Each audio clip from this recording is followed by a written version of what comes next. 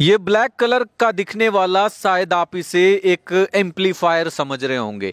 दरअसल ये एम्पलीफायर नहीं है, ये एक ऐसा डिवाइस है जिसमें एक बार में लगभग 256 सिमें डाली जाती हैं और जब भी कोई विदेश से इस डिवाइस पर कॉल करता है तो इस डिवाइस से किसी इंडिया में किसी व्यक्ति के पास लोकल नंबर से कॉल जाती है, जिसके बाद कोई भी डिजिटल अरेस्ट का शिकार हो जाता है। और ऐसा ही शिकार हुआ है कुरुक्षेत्र का रहने वाला 83 साल का रिटायर्ड फौजी, जिसके खाते से 78 लाख रुपए गायब हो जाते हैं। दरअसल धर्मनगरी कुरुक्षेत्र में और कुरुक्षेत्र पुलिस को एक बहुत बड़ी कामयाबी हाथ लगती है। डिजिटल अरेस्ट का एक आरोपी गिरफ्तार हो जाता है और ये पूरा का पूरा मामला आपको विस्तार से बताने का प्रयास करते हैं। अनिकांत भट्ट नाम का एक व्यक्ति देहरादून में बैठकर कुरुक्षेत्र के एक 83 साल के रिटायर्ड फौजी को डिजिटल अरेस्ट कर लेता है, जिसके खाते से 78 लाख रुपए गायब हो जाते हैं। उसके बाद कुरुक्षेत्र पुलिस एक्टिव मोड में नजर आती है।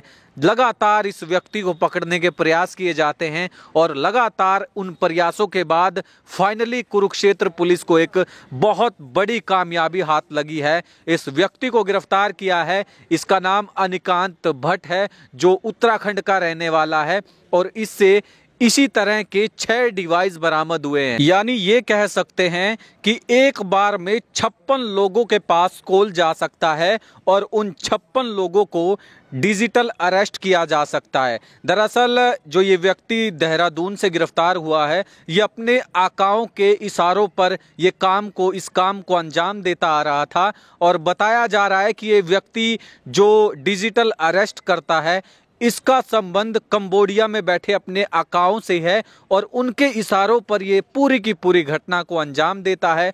चाइना से जुड़े हुए इसके लिंक बताए जा रहे हैं और कंबोडिया में भी ये रहकर आया है। इसकी पूरी की पूरी ट्रेनिंग डिजिटल अरेस्ट कैसे किया जाए, किन लोगों को डिजिटल अरेस्ट का शिकार बनाया जाए, इसकी पूरी की पूरी ट्रेनिंग इसने कंबोडिया में ली है। बीटेक का फाइनल ईयर का ये स्टूडेंट था। उसके बाद ये 2023 में बताया जा रहा है कि कंबोडिया चला जाता है। इसकी पूरी की पूरी ट्रेनिंग वहां से होती है, जिसके बाद ये इसी तरीके से इन घटनाओं को इंडिया में रहकर अंजाम देने लगता है। कुरुक्षेत्र के रहने वाले एक रिटायर्ड फौजी को डिजिटल अरेस्ट करता है, लेकिन कुरुक्षेत्र पुलिस ने इस व्यक्ति को पकड़ लिया है और इस व्यक्ति को अब अदालत में पेश किया जाएगा। इससे इसी तरह के 6 डिवाइस बरामद हुए हैं, 6 फ़ोन इससे बरामद हुए हैं, लगभग 300 के आसपास मोबाइल फ़ोन की सिम बरामद हुई हैं और साथ ही साथ 2 वाईफाई बरामद हुए हैं, 1 कैमरा बरामद हुआ है और इसका एक पर्स था खुद का, वो बरामद हुआ है। फिलहाल पुलिस और भी तथ्यों को जुटाने में जुटी हुई है, लेकिन आप भी सतर्क हो जाएं क्योंकि इस तरह के मामले पांव के नीचे से जमीन खिसकने के लिए काफ़ी होते हैं और लगातार डिजिटल अरेस्ट जो तमाम लोग हो रहे हैं, दरअसल ये पूरी की पूरी घटना को इन जैसे लोग अंजाम देते हैं। और ज़रूरी ये है कि अगर आपके पास किसी भी तरह का ऐसा कोई कॉल आए, कोई मैसेज आए, तो आप पुलिस को इसकी सूचना ज़रूर दें। और इस पूरे मामले को लेकर कुरुक्षेत्र पुलिस, कुरुक्षेत्र एसपी का क्या कुछ कहना है, आइए आपको सुनाते हैं। आप देख पा रहे हैं बी न्यूज़, मैं बंटी लामसर आप सभी के साथ। धन्यवाद। जी सर, क्या कहेंगे? कुछ साइबर क्राइम से जुड़े मामले पकड़े हैं जैसे कि हमारे आप सबको पता ही है कि आजकल काफ़ी सारे मुकदमे हमारे साइबर के ऐसे आ रहे हैं जिसमें डिजिटल अरेस्ट व्यक्तियों को करा जाता है और उनसे काफ़ी ज़्यादा ठगी इस बारे में करी जाती है। तो हमारे पास भी एक कंप्लेंट आई थी जिसमें एक 83 इयर्स के बाल किशन अत्री जी थे, जो आर्मी से रिटायर्ड थे।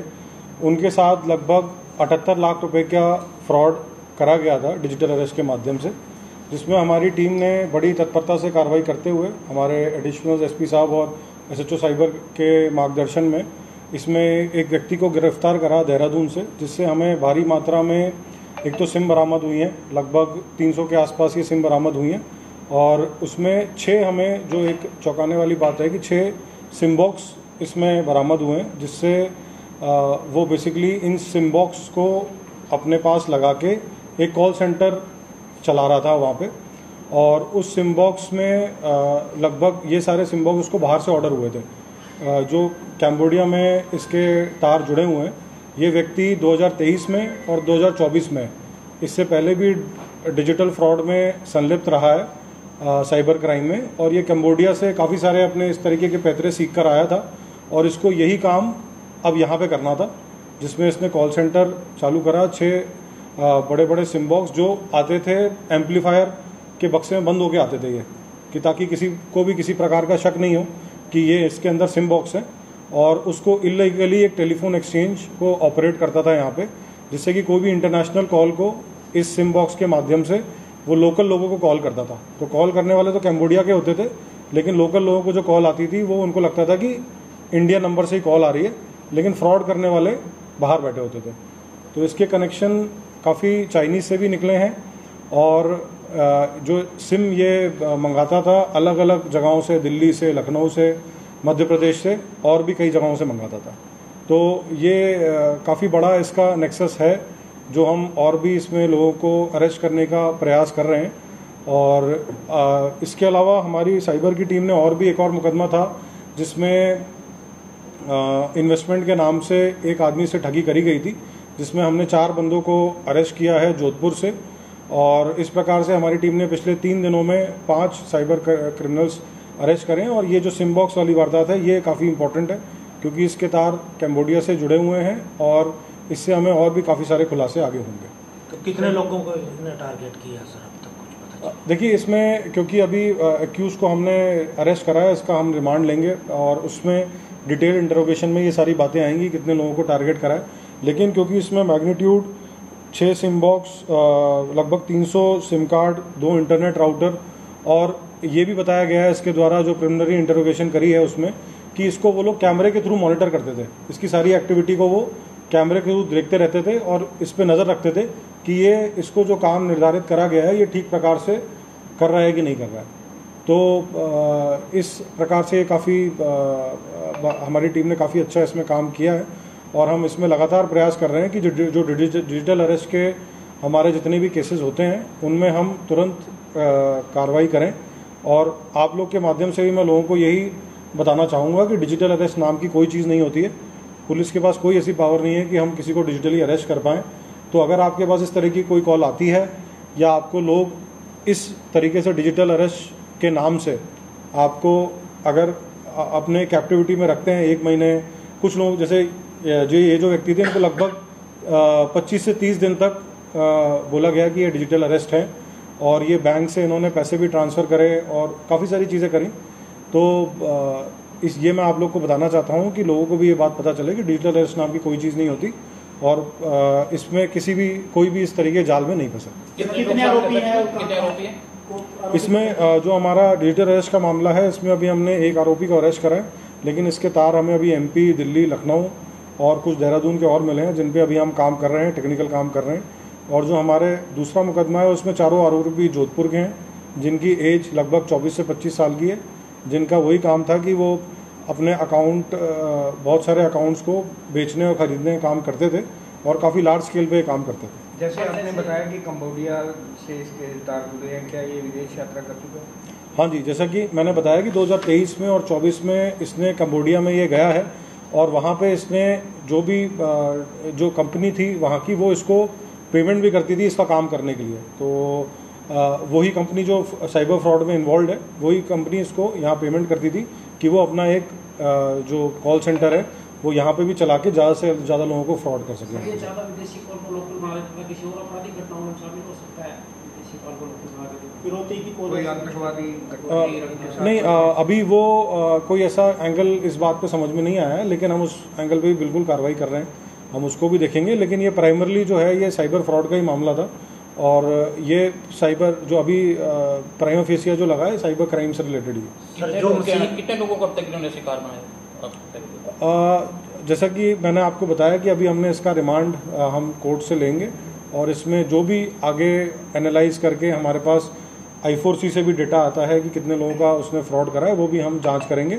लेकिन इसमें काफ़ी बड़ा मैग्नीट्यूड निकलेगा, कुछ कैश मिला, क्योंकि ये जो अकेला फ्रॉड था एक व्यक्ति के साथ जो करा था 78 लाख रुपए का था। मोस्ट प्रॉब्ली जो फ्रॉड के शिकार होते हैं वो शिकायत नहीं करते, उन लोगों के लिए आप क्या अपील करें? देखिए, मैं सभी से यही बोलना चाहूँगा, बार बार हम हर जो भी हमारी अवेयरनेस कैंपेन होती है उसमें ज़रूर बताते हैं कि किसी के साथ भी कोई भी साइबर फ्रॉड होता है तो 1930 कॉल जो नंबर है हमारा, उस पर ज़रूर कॉल करके आपके साथ कोई भी साइबर फ्रॉड हुआ हो तो उसको बताएं, क्योंकि अगर जैसे ही आपके साथ कोई साइबर फ्रॉड होता है और आप अगर 1930 पे कॉल कर देते हैं तो उसकी बहुत ज़्यादा चांसेस होती है कि वो पैसा वहीं पे रुक जाता है और हम आपको पैसा दिला सकते हैं। ठीक है, तो मैं आपके माध्यम से जो हमारा 1930 हेल्पलाइन नंबर है वो दोबारा लोगों को बताना चाहूँगा कि इस पर ज़रूर जैसे ही साइबर फ्रॉड होता है वेट नहीं करें। आपको लगा कि आज आपके साथ आज फ्रॉड हुआ है तो विद इन एन आवर आप कोशिश करें कि आप 1930 पे कॉल करें, ताकि आपका जो भी पैसा है वो हमारे सिस्टम में फ्रीज हो जाता है और इसको हम इमीडिएटली आपको दिलवा सकते हैं। सर कुछ कैश मिला इनसे, कुछ बरामद हुआ? देखिए अभी वही हमने जो रिमांड इनका लेंगे उसमें हम इनके जितने भी ठिकाने हैं सभी पर रेड करी जाएगी और उसमें जो कार्रवाई आगे आएगी आपको तो सर मशीन मिली है इनके पास, उसको मिनी एक्सचेंज भी कह सकते हैं सर? बिल्कुल जी, ये बिल्कुल मिनी एक्सचेंज की तरह ही ये काम करते हैं। ये बड़े सोफिस्टिकेटेड बॉक्सेस होते हैं, हर किसी को इसका एक्सेस नहीं होता, बल्कि ये जो हमारा इंडियन टेलीग्राफ एक्ट है उसकी भी वायलेशन है, तो ये काफ़ी सीरियस वायलेशन है और इसीलिए ये कोई छोटा मोटा गिरोह नहीं है, ये काफ़ी बड़ा गिरोह है जिस पे हमने आज कार्रवाई करी। सर जांच में है कि टारगेट किन लोगों को करते थे, बुजुर्गों को या रिटायर्ड पर्सन को, ऐसे भी ऐसे साइन? देखिए जैसा कि मैंने आपको इनकी प्रोफाइल बताई, जो हमारे कंप्लेनेंट थे ये बुजुर्ग भी थे और कहीं ना कहीं इसमें ये चीज़ ज़रूर लगती है कोई ना कोई बैंक ऑफिशियल भी इन्वॉल्व हो सकते हैं जो इस तरीके का डेटा साइबर फ्रॉडस्टर्स के साथ शेयर करते हो, तो उस पहलू पे भी हम बिल्कुल जांच करेंगे कि जो हमारे कंप्लेनेंट थे उनकी इन्फॉर्मेशन इन साइबर फ्रॉडस्टर्स तक कैसे पहुंची। सर जो ये मोबाइल सिम इनकी खुद की आईडी पे है या किसी और? नहीं, ये सारी बिल्कुल अलग अलग आईडी से हैं, मतलब इनका काम ही यही है कि ये मतलब जो लेबर तबका होता है या फिर और जो वर्कर्स होते हैं उनकी आईडीज़ बनवा के इकट्ठी खरीदते हैं और इकट्ठी इन लोग को बेचते हैं और फिर ये लोग उसका मिसयूज़ करते हैं। अकाउंट की बात करें, बैंक अकाउंट जैसे ये दूसरों को यूज करते हैं कि अपने देखिए ट्रांसफर करते हैं पैसा? देखिए जो बैंक अकाउंट्स होते हैं वो भी जिस तरीके सिम कार्ड फर्जी होते हैं उसी प्रकार से बैंक अकाउंट्स भी मोस्टली म्यूल अकाउंट्स ही होते हैं। तो उन म्यूल अकाउंट्स के माध्यम से ये लोग लोगों के 2-3 हज़ार रुपये का लालच देके, अगेन जो लेबर क्लास होती है हमारी या वर्किंग क्लास होती है उनको झांसा देके 2-3 हज़ार में उनके एटीएम कार्ड और अकाउंट्स की डिटेल ले लेते हैं और उन्हीं से फ्रॉड करते हैं। सर अगर इनकी एजुकेशन की बात करें या कोई ऐसा है कोई आईटी से स्पेशलिस्ट हो या कुछ? देखिए जो इसमें हमने अभी जो देहरादून से लड़का पकड़ा है वो बीटेक में सेकेंड ईयर में उसने ड्रॉप आउट किया था, तो ऑब्वियसली कहीं ना कहीं वो टेक्निकल बेंट ऑफ माइंड तो है ही, प्लस लेकिन जो उसको मेन ट्रेनिंग मिली है वो जैसा कि मैंने बताया कैम्बोडिया से मिली है और जो उधर भी उसने इसी टाइप के जो फ्रॉड्स होते हैं कि लोगों को बहला फुसला के पहले तो उनसे जैसे बातचीत करते हैं, जो हमारी मैट्रिमोनियल साइट्स होती हैं उन पे लोगों से बातचीत करते हैं, फिर एक बार जब आपस में उनकी बातचीत हो जाती है 1-1.5 महीने, फिर उनको इन्वेस्टमेंट के लिए फोर्स करते हैं। तो उस टाइप की गतिविधि में कहीं ना कहीं ये कैम्बोडिया में इन्वॉल्व रहा है।